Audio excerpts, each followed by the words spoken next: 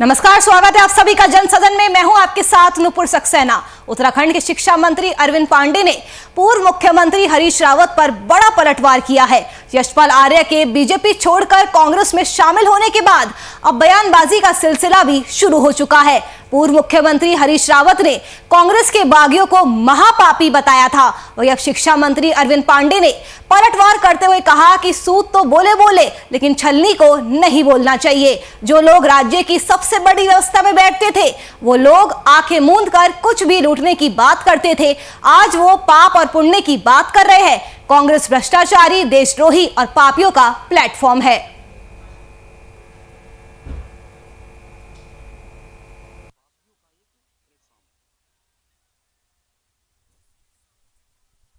बिल्कुल, मैं ये बात कहना चाहूँगा भाई साहब आपसे कि सूप तो बोले बोले छलनियों को नहीं बोलना चाहिए। जो लोग इस प्रदेश की बहुत बड़ी व्यवस्था में बैठ के बोलते थे कि मैं अपनी आंखें मूंद लूँगा, मैं अपनी आंखों को बंद कर लूँगा, जिसको जो लूटना लूट ले, ऐसा आदमी क्या किसी को पुण्य हो, क्या किसी को पाप बोलेगा। और मैं कह सकता हूँ कि आज की जो कांग्रेस है, पूरी कांग्रेस ये भ्रष्टाचारी, देशद्रोही और पापियों का एक प्लेटफॉर्म है।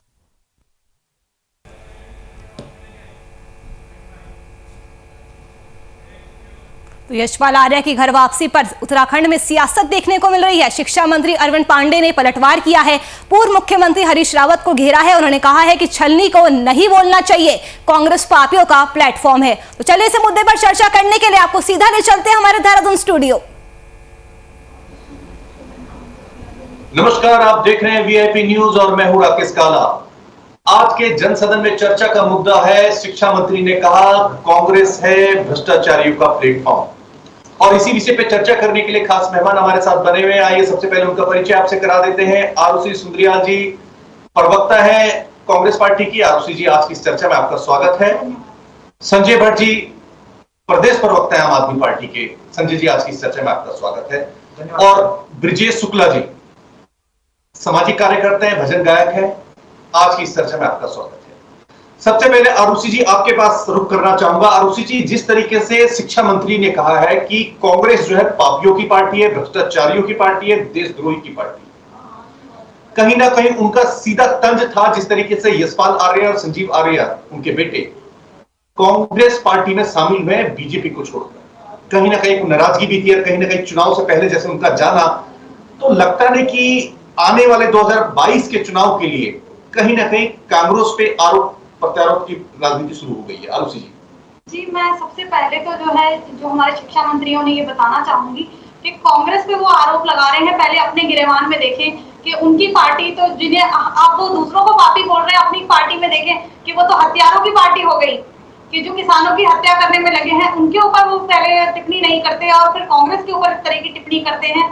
तो जो कांग्रेस पार्टी है वो देशभक्तों की पार्टी है, वो गांधी की विचारधारा पे चलने वाली पार्टी है। ये लोग गॉडसे को मानते हैं, ये लोग उनकी विचारधारा पे चलते हैं, ये लोग पहले से ही हत्यारों की विचारधारा पे चलने वाले लोग हैं। तो पापी अगर कहीं ना कहीं है तो भाजपा के लोग पापी हैं, भाजपा की विचारधारा पापियों की विचारधारा है। तो हमारी जो कांग्रेस पार्टी है वो देशभक्तों की पार्टी है। देशद्रोही अगर कोई है तो वो भाजपा के लोग हैं, क्योंकि अगर हम देखें तो अगर कांग्रेस की पार्टी के इतिहास ऐसे हैं कि हमारे नेताओं ने देश के लिए जान दी है, जबकि इनके नेता के किसी के कुत्ते ने भी देश के लिए जान नहीं दी होगी। तो देशभक्ति की अगर बात करें तो ये देशभक्ति के झूठे तमगे देना बंद कर दे, क्योंकि कांग्रेस जो है वो एक्चुअल में देशभक्तों की पार्टी है। बिल्कुल। संजय भट्ट जी, अरविंद पांडे जी की हम बात करते हैं। जन्म 20 मई 1971, जन्म स्थान बाजपुर। उनकी नाराजगी है कि यशपाल आर्य, संजीव आर्य रुख कर लेते हैं कांग्रेस की तरफ बिना इंटीमेशन के, बिना इंफॉर्मेशन के, और सडनली चले जाते हैं। हालांकि 6 भारी भरकम विभाग उनके पास मौजूद थे।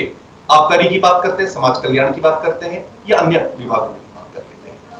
लगता नहीं कि वहां जाना कहीं ना कहीं उनको किसी तरीके की हिंट दी गई होगी इस मंत्री पद से और ऊंचा दायित्व या पद का मोह कहीं ना कहीं उनको खींच लाया कांग्रेस की तरफ। और जिस तरीके से कांग्रेस कह रही है कि आने वाले 2022 में हम प्रचंड बहुमत लेके आएंगे, तो कहां आप अपनी पार्टी को पाते हैं? संजय भट्ट जी। देखिए, जो हमारे शिक्षा मंत्री हैं माननीय अरविंद पांडे जी, उन्हें 13 का पारा तो आता नहीं। पहले तो वो 13 का पारा सुना है। एक पत्रकार ने जब उनसे 13 का पारा सुना पूछा तो उन्होंने उसके ऐसे करके हाथ मार दिया तो ये शिक्षा मंत्री हैं जिन्हें शिक्षा का कुछ ज्ञान नहीं है और स्कूलों में जाके बड़े बड़ा ज्ञान देने की कोशिश करते हैं। और आज का जो बयान है उनका तो स्पष्ट है, उस बयान से स्पष्ट है, उन्होंने जो जो शब्द कहे, अभद्रता कहा जाएगा उसे, क्योंकि ये किसी पूरी पार्टी को बोल देना कि ये पापियों की पार्टी है, ये भ्रष्टाचारियों की पार्टी है। अरे भैया देशद्रोहियों की पार्टी है। अरविंद पांडे जी, कांग्रेस हो या भारतीय जनता पार्टी हो, ये दोनों ही उत्तराखंड द्रोहियों की पार्टी है। आपने उत्तराखंड को लूटा है, लगातार लूटा है, भ्रष्टाचार लगातार उत्तराखंड में किया है कांग्रेस और भारतीय जनता पार्टी ने, और उत्तराखंड को लूटा है, उत्तराखंडियत को लूटा है। उत्तराखंड के जनमानस के लिए कोई कुछ काम नहीं कर पाया। अरविंद पांडे जी बताएं ना, आप शिक्षा मंत्री है, 5000 स्कूल 21 साल में उत्तराखंड में बंद हो गए, आपकी क्या जिम्मेवारी है? क्या एक स्कूल आप वापस ठीक कर पाए? नहीं कर पाए। लेकिन उत्तराखंड के जो मेन मुद्दे हैं उनसे भटकाने के लिए अरविंद पांडे जी ऐसा बयान देते हैं कि ताकि कांग्रेस और बीजेपी के बीच में चुनाव आ जाए और जो मेन मुद्दे हैं, मुख्य मुद्दे हैं, बेरोजगारी हो, शिक्षा हो, स्वास्थ्य हो, पलायन हो, उनसे लोगों का ध्यान भटक जाए। यही काम संजय भट्ट जी, आपने कहा कि वो ध्यान भटकाना चाहते हैं, कांग्रेस और बीजेपी के बीच में चुनाव आ जाए। आपको लगता है कि क्या आम आदमी इस चुनाव में बीच में नहीं है? संजय भट्ट जी देखिए, भारतीय जनता पार्टी का जो ये बयान है अरविंद पांडे जी शिक्षा मंत्री जी का कि कांग्रेस देशद्रोहियों की, पापियों की और भ्रष्टाचारियों की पार्टी है, और हरीश रावत जी का जो आज बयान है कि हमारे यहाँ जो पापी हैं, जो उजाड़ बल्द हैं, वो आना चाहें तो पहले माफी मांगे, उसके बाद आए। तो ये दोनों क्या कर रहे हैं? इधर से उधर, उधर से इधर, मतलब कभी कांग्रेस में, कभी भाजपा में, कभी कांग्रेस में, कभी भाजपा में। मंत्री तुम ही रहोगे, लूटोगे तुम ही, खसूटोगे तुम ही, चाहे कांग्रेस में रहो या भाजपा में। इसलिए कांग्रेस और भारतीय जनता पार्टी तो एक ही है ना। आज भी 5 मंत्री किसके? कांग्रेस के, बीजेपी की सरकार में। इससे पहले भी आपने देखा होगा, जो कांग्रेस में मंत्री होता है वो बीजेपी में भी मंत्री होता है। सरकार बीजेपी और कांग्रेस नाम तमगा लगा है, लेकिन अंदर से ये एक है। इसलिए इन लोगों को हटाना है, उत्तराखंड को बचाना है। बिल्कुल संजय भट्ट, हम करेंगे। रुक करना चाहूंगा, बिल्कुल आरुषि जी आ रहा हूं आपके पास, आरुषि जी आ रहा हूं आपके पास। ब्रिजेश शुक्ला जी, देखिए राजनीति की अलग अपनी परिभाषा होती है, अलग अलग तरीके से उसको डिफाइन किया जाता है। हम अगर बात करें, नवरात्र चल रहे हैं आजकल, तो राजनीति चाहे आम आदमी पार्टी की हो, कांग्रेस की हो, चाहे बीजेपी की हो, ये पार्टियों का एक नियम होता है, रूल होता है कि अपनी पार्टी को बचाना है, दूसरे पर आरोप लगाना है। ये अलग, इससे हट के अगर हम नवरात्र की तरफ आते हैं तो किस तरीके से आप समीकरण को देखते हैं, किस तरीके से आप परिभाषित करेंगे? ब्रिजेश जी।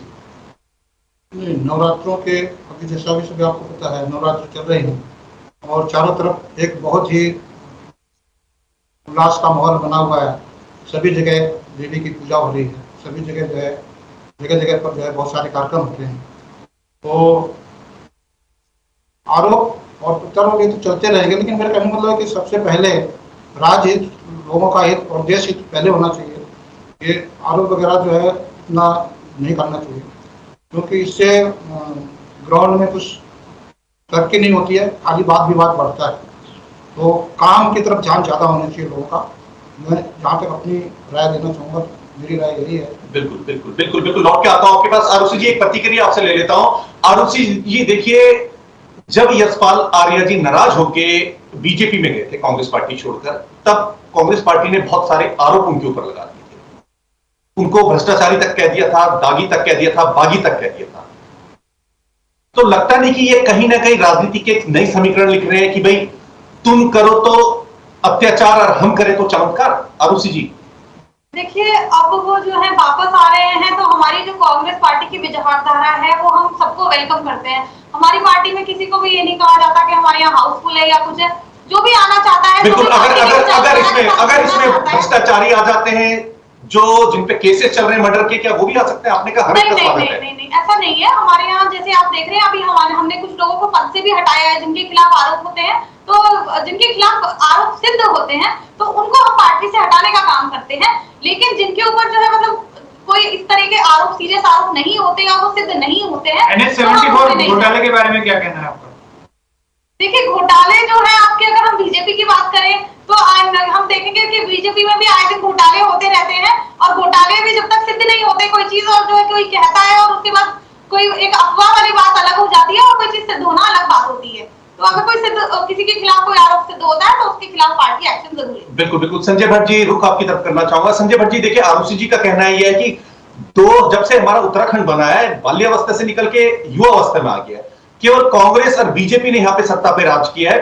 आम आदमी पार्टी की अगर वो बात कर रही हैं, वो कहती है कि आम आदमी पार्टी तीसरे नंबर की पार्टी के लिए लड़ाई लड़ रही है। संजय भट्ट जी, देखिए, पहली बात तो ये है, आरुषि जी ने जो कहा कि सबका वेलकम है। और पहले जब यशपाल आर्य जी कांग्रेस में थे तो भारतीय जनता पार्टी ने उन पे NH-74 घोटाले का आरोप लगाया। जब वो कांग्रेस में चले गए तो कांग्रेसियों ने कहा कि NH-74 घोटाला बीजेपी में चला गया। और यहाँ तक कि मुख्यमंत्री त्रिवेंद्र सिंह रावत जी ने सदन में खड़े होकर, विधानसभा के अंदर खड़े होकर कहा था कि NH-74 घोटाले की CBI जांच करवाऊंगा। सदन में है ये बात, मैं कोई अपनी तरफ से नहीं कह रहा हूँ, किसी पे आरोप नहीं लगा रहा हूँ, लेकिन आज तक वो CBI जांच नहीं हुई। तो ये स्पष्ट है कि ये जो घोटालेबाज है वो इधर उधर जाते रहते हैं और भारतीय जनता पार्टी और कांग्रेस दोनों का वेलकम करती है घोटालेबाजों का, क्योंकि इनको किसी तरह से सीट चाहिए और उसमें कोई भी हो, दागी बागी, इन्हें कोई फर्क नहीं पड़ता, किसी को भी ये लेने को तैयार है। और जहां तक बात है आम आदमी पार्टी की, आम आदमी पार्टी जनता के मुद्दों के लिए लड़ रही है और जनता के मुद्दे लेके ही आगे बढ़ रही है और उन्हीं पर काम कर रही है, उन्हीं को लेकर जनता के बीच में जा रही है। बाकी अंतिम फैसला जनता ने। बिल्कुल। ब्रिजेश जी, आपकी तरफ रुख करना चाहूंगा। ब्रिजेश जी, देखिए, NH नेशनल हाईवे की बात करते हैं, जिस तरीके के घोटाले हो जाते हैं, हालांकि कोई भी व्यक्ति अगर अपनी पार्टी में रहता है तो बिना दाग के होता है, और जब दूसरी पार्टी में जाता है कहीं ना कहीं इसके ऊपर आरोप लगते हैं कि यह दागदार व्यक्ति है। नवरात्रों का समय है, नवरात्र चल रहे हैं, तो थोड़ा सा कुछ किस तरीके से इसको परिभाषित करेंगे कि एक तरफ राजनीति आ जाती है, चाहे कांग्रेस की बात करें, बीजेपी की बात करें, आम आदमी पार्टी की हम बात करें, और एक तरफ जहां नवरात्रों में लगभग काफी संख्या में हिंदू जो हैं वो व्रत रखते हैं, देवी मां की आराधना करते हैं। कहीं ना कहीं इसका थोड़ा सा एक कैसे इसको विस्तृत से आप समझा पाएंगे, ताकि जो लाखों करोड़ों की संख्या में इसको जनता देख रही है, ताकि राजनीति के संग इसका तालमेल कैसे बैठ पाएगा? ब्रिजेश नहीं, मेरा कहना है पार्टी कोई भी हो, सभी के अंदर एक आध्यात्मिक चेतना होनी चाहिए और एक सिद्धांत होनी चाहिए। जो भी काम करने हैं सिद्धांत के तौर पर करने चाहिए। और क्योंकि अभी ये नवरात्रि का माहौल चल रहा है, तो आइए मैं आपको चंद लाइनों के माध्यम से कटरा लेके चलता हूँ, जहाँ पर विष्णु माता का दरबार सजा हुआ है और अभी भक्तों की वहाँ पे लगातार कतार लगी हुई है दर्शन के लिए। एक भजन के माध्यम से आपको मैं कटरा लेके चलता हूँ। तूने मुझे बुलाया शेरा वालिए, मैं आया शेरा वालिए। ओ तूने मुझे बुलाया शेरा वालिए, मैं आया शेरा वालिए। ओ जोता वालिए, पहाड़ा वालिए, ओ मेरा वालिए, तूने मुझे बुलाया शेरा वालिए, मैं आया शेरा वालिए। सारा जग है एक बंजारा, सारा जग है एक बंजारा, सबकी मंजिल तेरा द्वारा। ऊंचे पर्वत लंबा रास्ता, ऊंचे पर्वत लंबा रास्ता, पर मैं रह ना पाया शेरा वालिए, मैं आया शेरा वालिए। बिल्कुल, बहुत सुंदर ब्रिजेश जी। आरुषि जी, मैं रुख आपकी तरफ करना चाहूंगा। आरुषि जी, देखिए, जिस तरीके से अभी ब्रिजेश जी जब शेरावाली का गुणगान कर रहे थे देवी माँ का, तो कहीं ना कहीं आपकी भक्ति भावना भी जागती हुई मुझे नजर आई। लेकिन क्या होता है कि जब हम राजनीति के बारे में बात करते हैं, उसके विषय में चर्चा करते हैं, तो नेचुरली हम टोटली बदल जाते हैं। हमारे साथ जो है वो बहुत ईमानदार है, बेदाग है, और दूसरी पार्टी में तो दागदार है। लेकिन जब भजन होता है उसके भाव अलग होते हैं। तो क्या कारण है कि राजनीति में एक ऐसी चीज क्यों नहीं आती कि हम अच्छे लोगों को अगर लेना शुरू करेंगे तो पार्टियां अच्छे लोगों को लेना शुरू करेगी, और अच्छा व्यक्ति जीत के आएगा तो अच्छे काम होना शुरू हो जाएंगे? आरुषि जी, देखिए, हर पार्टी की पूरी कोशिश ये रहती है, खासतौर से कांग्रेस पार्टी की अगर हम बात करें तो हमारे यहाँ जो है एक से एक जैसे हम लोग कोशिश कर रहे हैं, हमारे पास युवा आए, पढ़े लिखे लोग आए। अभी हमने 17 तारीख को भी एक डिबेट कंपटीशन ऑर्गेनाइज हम लोग करवा रहे हैं, जिसमें हम चाहते हैं पढ़े लिखे लोग हमारे पास आए, जनता के बीच से समस्याएं लेकर आए। ओपन डिबेट है, कोई भी 17 तारीख को कांग्रेस भवन में आकर डिबेट में शामिल हो सकता है।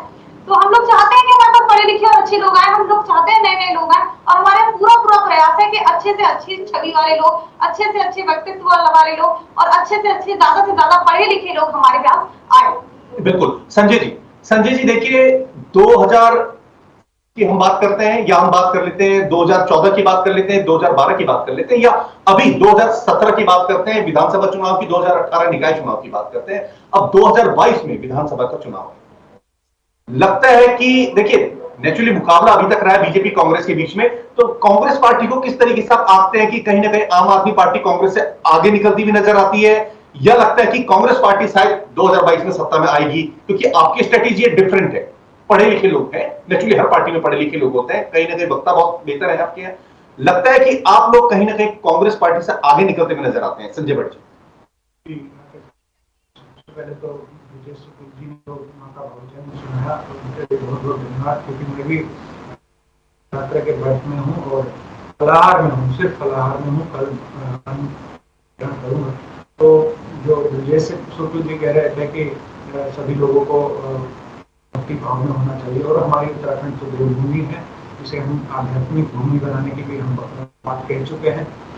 जहाँ तक बात कांग्रेस की है, तो कांग्रेस में देखिए, कांग्रेस ने इतने साल राज किया, ये तो है नहीं कि कांग्रेस ने राज नहीं किया। ये भारतीय जनता पार्टी की बात करें, भारतीय जनता पार्टी ने लगभग 11 साल और कांग्रेस ने 10 साल राज किया है इस उत्तराखंड में, और इनके राज करने से उत्तराखंड को मिला, कहीं किसी को कोई फायदा हुआ, कोई सड़क पे, कहीं स्कूलों में या स्वास्थ्य में, कहीं कोई फायदा नहीं हुआ। इन लोगों ने क्या किया? आप भारतीय जनता पार्टी की बात करें या कांग्रेस की बात करें, कांग्रेस के टाइम पे डेनिस शराब बेची गई उत्तराखंड में, देवभूमि में, सिर्फ और सिर्फ डेनिस। सारी शराबों पे बंद कर दिया, 400 रुपए पेटी लेते थे ये लोग, और तब जाके डेनिस शराब अकेली बिकती थी, बाकी बंद कर दी सरकारी ठेकों में। जब भारतीय जनता पार्टी की सरकार आई, तो इन्होंने क्या किया? डोर टू डोर गाड़ियों पे, टेम्पो पे सरकारी ठेके। आप ये सोचिए कि भारत आजाद हुए 75 साल हो गए आज, उस समय जब 17 के बाद भारतीय जनता पार्टी की सरकार आई, तो ऋषिकेश जो हमारी तीर्थ नगरी है, वहां ढालवाला में शराब का ठेका खोल दिया भारतीय जनता पार्टी की सरकार ने। ये हैं लोग, असल में इनकी नीति और नीयत में बहुत फर्क है।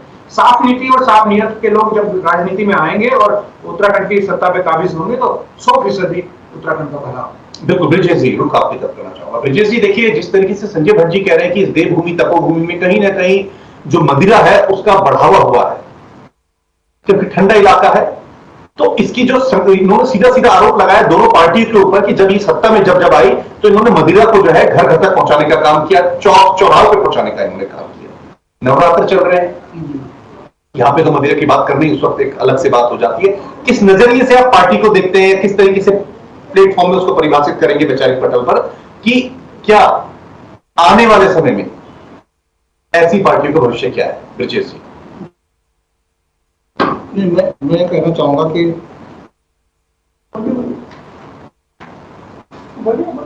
मैं ये कहना चाहूंगा कि जो ये विषय आपने लिया है, इससे मैं ज्यादा संबंधित नहीं रखता हूँ, इसलिए मैं इस विषय पर ज्यादा नहीं कर पाऊंगा। ठीक है, बिल्कुल बिल्कुल। आरुषि जी मैं आपकी तरफ आना चाहूंगा। आरुषि जी देखिए, जिस तरीके से अभी सीधे सीधे यहाँ आरोप लग रहे हैं, उसके बाद हमारे साथ जुड़ रहे हैं इस वक्त शेखर वर्मा जी, बीजेपी के प्रभारी आईटी सेल के। इनसे भी हम उनका वक्तव्य लेंगे, उनकी बारे में जानेंगे कि जिस तरीके से सीधे सीधे आरोप आम आदमी पार्टी और कांग्रेस आपके ऊपर लगा रही है। आरुषि जी देखिए, संजय भट्ट जी ने स्पष्ट तौर पर कहा है कि डेनिस जब कांग्रेस सरकार आई थी घर घर तक पहुंचा दिया गया था, 400 रुपए उनका कहना है कि पेटी आती थी और उसकी कीमत कई गुना ज्यादा पे बेची। तो ये सबसे पहली सीढ़ी रही भ्रष्टाचार की। आरुषि जी देखिए, ये जो बात बोल रहे हैं मदिरा के बारे में, तो इससे मेरा ताल्लुक मैं कहूंगी बिल्कुल भी नहीं है, ना मैं इस बारे में जानती हूँ। और जहां तक बात है कि हमारी पार्टी ऐसी पार्टी नहीं है जहां पर चीजों को प्रमोट किया जाए, तो जो है मैं इस बारे में तो खैर कुछ भी नहीं कहना चाहूंगी। बिल्कुल रुक करना चाहूंगा। शेखर वर्मा जी अभी भी हमारे साथ जुड़े हैं। शेखर वर्मा जी, संजय भट्ट जी और आरुषि जी ने स्पष्ट तौर पे आपकी पार्टी के ऊपर आरोप ये लगाए हैं कि जब जब बीजेपी आई, घर घर तक मदिरा पहुंचाने का उन्होंने काम किया। NH 74 की हम बात कर लेते हैं, उस घोटाले की उन्होंने बात की। उन्होंने स्पष्ट तौर पे कहा है कि जो कांग्रेस से टूट के 9 लोग 2016-17 के बीच में आपकी पार्टी में आए थे, आपने बड़ी रकम उन लोगों को दी थी, उनको कहीं ना कहीं आप लोग जबरदस्ती अपनी पार्टी में लेके आए, और अब कहीं ना कहीं उनका उत्पीड़न हो रहा है, इस कारण से वो पार्टी छोड़ के दोबारा कांग्रेस पार्टी में जा रहे हैं। शेखर वर्मा जी देखिए, पार्टी में जब आए थे तो हरीश रावत के जो कुकर्म अब मैं बोल सकता हूँ, किस तरीके से उन्होंने सबको परेशान किया था, किस तरीके से जो पाप वाली बात है बिल्कुल ठीक बोली है। हमारे शिक्षा मंत्री जी ने सारे उनका जो सिस्टम था, आप जानते हैं कांग्रेस किस तरीके से काम कर रही थी, और आप उनकी वीडियो देख सकते हैं कि आप वीडियो में कह रहे थे कि मैं आपको बंद कर लूंगा, मैं वो आपने दोबारा खरीद फरोख्त करी होगी ना, जरूर आप कर रहे हो, हमारे पास तो वाक्य है, अगर यहाँ से जा रहे हैं, यहाँ से जा रहे हैं, 70 साल मैंने आपने राज किया है, आप कह रहे हो कि फंड नहीं है, पूरे इतिहास गवाह किस तरीके से आपने क्या क्या पाप किए और सरकारों को आपने खत्म करने का काम किया, कई सारे, सबसे ज्यादा सारे करप्शन जो लोग देश की करप्शन एक तरफ होगा, जिस तरीके से डैमेज करने की बात रही, और हकीकत है कांग्रेस के लोग किस तरीके से जब सत्ता में नहीं होते, आने की कोशिश करते हैं, तो शराब का सहारा लेते हैं, बिल्कुल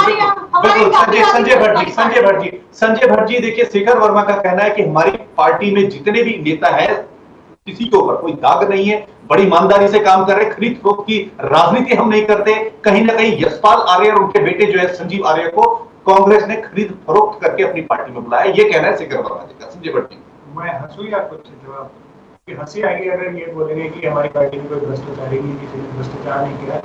कांग्रेस और भारतीय जनता पार्टी जब तक कांग्रेस में थे विजय भगवान जी, उनपे आपदा घोटाले का आरोप भारतीय जनता पार्टी ने लगाया। माननीय प्रधानमंत्री तो प्रेस ग्राउंड में, जबकि उसी मंच पे भगवान जी भी बैठे थे, और माननीय प्रधानमंत्री जी ने 2014 के इलेक्शन में 2017 के इलेक्शन में ये कह दिया कि यहाँ उत्तराखंड में तो स्कूटर में 35 लीटर डीजल पी जाता है एक बार में। तो ये सब बोलने की जरूरत नहीं है। हरक सिंह रावत जी ने अभी क्या कहा, सबको मालूम है, ऊर्जा मंत्री हैं भारतीय जनता पार्टी में, उन्होंने कहा कि ढेंचा बीज घोटाले में त्रिवेंद्र सिंह रावत को मैंने बचवाया हरीश रावत जी से बोल के। ये स्पष्ट है, मैं नहीं, मेरे शब्द नहीं, सारे आप लोगों के आज के अभी के ताजा शब्द है, कोई पीछे जाने की जरूरत नहीं। NH-74 घोटाला जब हुआ तो भारतीय जनता पार्टी ने यशपाल आर्य जी पे धक आरोप लगाया कि उन्होंने NH-74 घोटाला कर दिया, और जब वो बीजेपी में चले तो कांग्रेस ने कहा कि बीजेपी में NH-74 घोटाला बीजेपी का होता है। ऐसे ही आपदा घोटाले के लिए आज कांग्रेस कहती है कि वो आपदा घोटाला भारतीय जनता पार्टी का हो गया। लगातार कंटिन्यूटी में है। बल्कि जो मुख्यमंत्री थे पहले वाले जल बोर्ड का भी बताइए, जल बोर्ड के बताइए, दिल्ली में आपने घोटाले करे, उत्तराखंड और जो घोटाले करके आप जिस तरीके से घोटाले करके आप दिल्ली में आए हो, आपको लगता है, और उस समय आप भी कांग्रेस में थे, आप उस समय कांग्रेस में थे, तब आप डिफेंड करते थे, आरोप लगा रहे हो। उत्तराखंड में भारतीय जनता पार्टी हो या कांग्रेस हो, इन दोनों ने झूठ का काम किया है। और जहां तक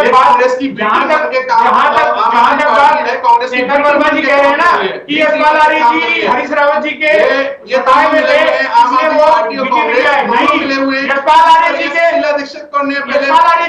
उनके बेटे को बाप बेटे को टिकट दिया बीजेपी में, परिवार बात बढ़ाया बीजेपी ने, तब वो बीजेपी में आए थे। कांग्रेस कम हो रही है, पूरे उत्तराखंड को पता है, दोनों बाप बेटा बीजेपी में मिली भगत सिंह का कांग्रेस आम आदमी पार्टी तो बोलते हैं जिस तरीके से भाई इन्होंने कभी परिवारवाद नहीं करा। उत्तराखंड में पति पत्नी को चारों विधानसभा से टिकट दिया, राजपुर और नैनीताल से किसे टिकट दिया। आप जमकेश्वर की बात करेंगे तो वहाँ गणपति जी की बेटी को टिकट दिया। आप अगर देवप्रयाग की बात करेंगे तो वहाँ माधव जी दिलदार जी के बेटे को टिकट दिया। पूरा परिवार का भरा पड़ा है उत्तराखंड में। भारतीय जनता पार्टी खराब करिए उत्तराखंड की जनता सरकार में, ये आपको भारतीय जनता पार्टी हो या कांग्रेस हो, इसमें कोई फर्क नहीं है। आरुषि जी एक प्रतिक्रिया आपसे ले लेता। आरुषि जी देखिए, बीजेपी का स्पष्ट तौर पे कहना यह है कि हरीश रावत जी पंजाब जाते हैं, कांग्रेस पार्टी के दो भाग हो जाते हैं। कैप्टन अमरिंदर सिंह काफी समय से वहां पे वो टूट के चले जाते हैं, नाराज होकर चले जाते हैं, बिखर के चले जाते हैं।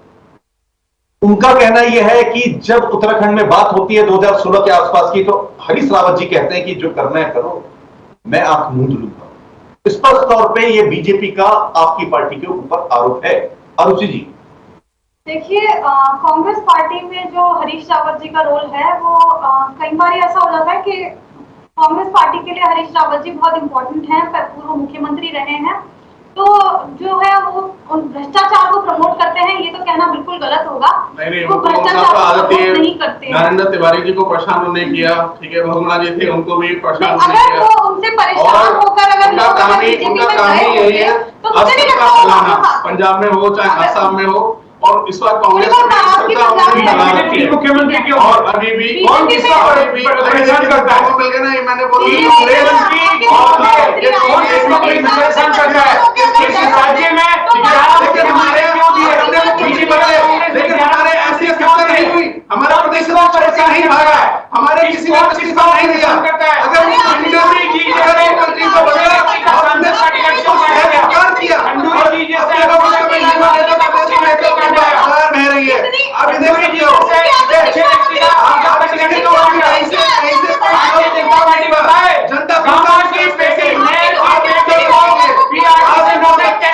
जनता जवाब देगी। बताए कैसे बताओ? कैसे हमारे स्पीकर भारतीय जनता पार्टी के विधायक के बेटे को सुनाया कैसे रखा?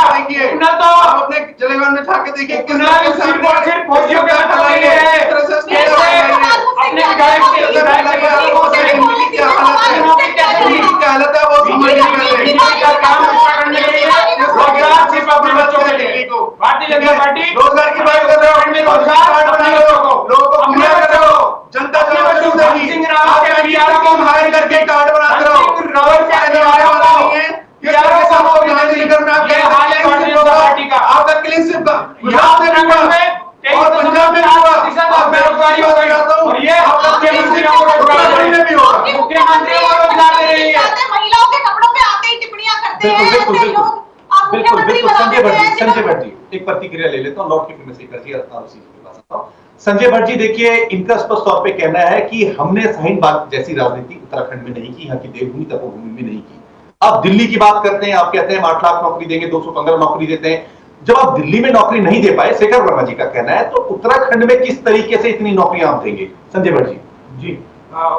उत्तराखंड से लगभग 30 से 40 लाख लोग पलायन करके दिल्ली में रहते हैं। उन सबके पास काम धंधे हैं वहां पर। क्यों पलायन करके जाता है उत्तराखंडी? क्योंकि यहाँ काम नहीं है, वहां काम है, मिल रहा है ये। और दूसरी बात, जहां तक शाहीन बाग की बात है, शाहीन बाग की बात है, सरकारी जॉब की प्राइवेट उत्तराखंड ऐसा दोनों लोग थे जहाँ पूरे देश के लोग गोली चलाई, ऐसा देश बैठे हुए जहाँ पूरे देश के लोग आते हैं, सारे देश के शाहीन बाग जो था सारे देश के लोग आते हैं। अमित शाह भारतीय जनता पार्टी का, वो तो पता है कौन जाके बैठा था वहाँ पे, जिसने गोली चलाई वो भारतीय जनता पार्टी के साथ था। दुनिया जो वहाँ मीडिया जाती है, भारतीय जनता पार्टी में शामिल हुए।